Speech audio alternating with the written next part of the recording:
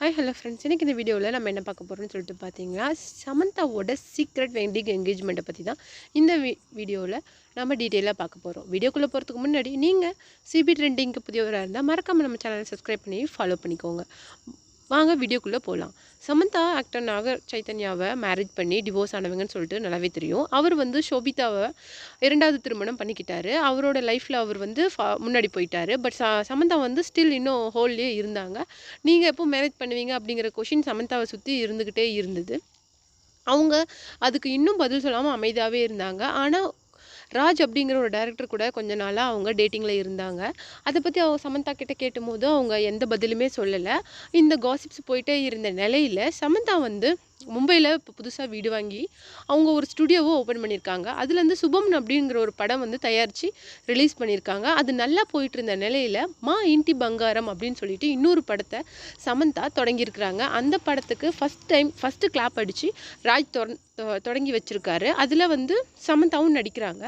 அது மட்டும் இல்லாமல் சமந்தா இந்த படத்தில் நடந்த பூஜையில் 2 பேரும் சேர்ந்து உட்காந்து பூஜை பண்ணியிருக்கிறாங்க. அது மட்டும் இல்லாமல் 2 பேருமே இதை சேர்ந்து பண்ணுறாங்க. அப்புறம் நிறைய ஃபாரின் ட்ரிப்ஸ் போகிறாங்க வராங்க.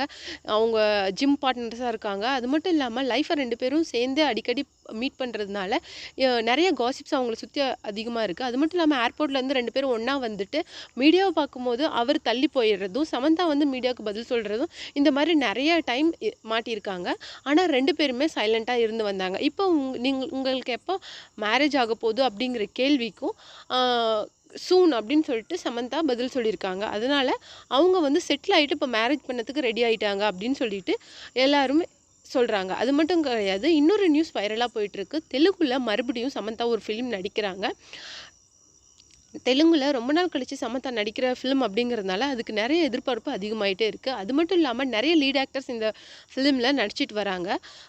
சமந்தா ஒரு நோயால் கஷ்டப்பட்டுட்டு வந்தாங்கன்னு சொல்லிட்டு நமக்கு எல்லாம் தெரியும். அதுலேருந்து ரெக்கவர் ஆகி மறுபடியும் தன்னுடைய லைஃப்குள்ளே போகிறாங்க. அவங்க என்னென்ன பிரச்சனையிலேருந்துலாம் அப்போ வந்தாங்களோ அதை ரெக்டிஃபை பண்ணிவிட்டு நியூவாக லைஃப்பை ஸ்டார்ட் பண்ணுறதுக்காக தான் அவங்க மும்பையில் வீடு வாங்கியிருந்தாங்கன்னு சொல்லிட்டு நல்லாவே தெரியும். அது மட்டும் இல்லாமல் இவங்க சீக்ரெட்டாக என்கேஜ்மெண்ட் பண்ணிக்கிட்டாங்களா அப்படிங்கிற ஒரு கொஷினும் அவங்கள சுற்றி இருக்குது.